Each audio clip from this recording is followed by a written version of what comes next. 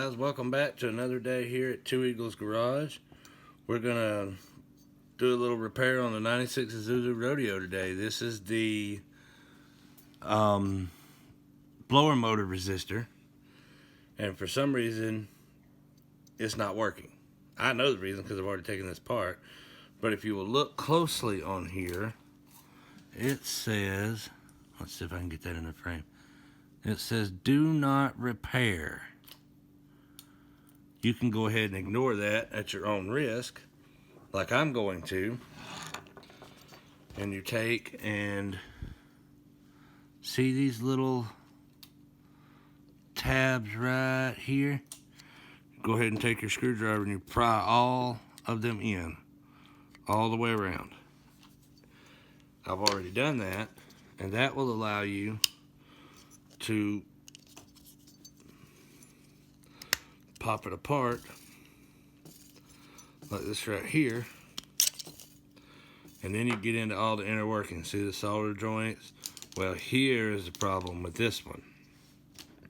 These two solder joints right here are broken, and that's an easy enough fix, guys. You can just solder it back together.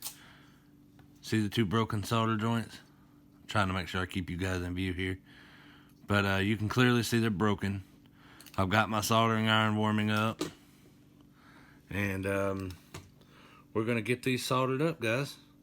And I'm not gonna do the soldering on camera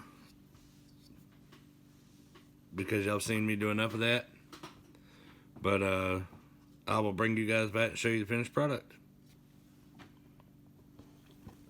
Alright guys, the repair is finished. I've tested everything with an ohm meter, and everything works out. There was no connection with these two connections before. There was no kind of connection at all. I mean, you saw they were completely broken loose. Now they're soldered back together. All the connections are good. The ohms read right. And that's how you repair it, guys. So just because it says do not repair on it doesn't necessarily mean it can't be repaired.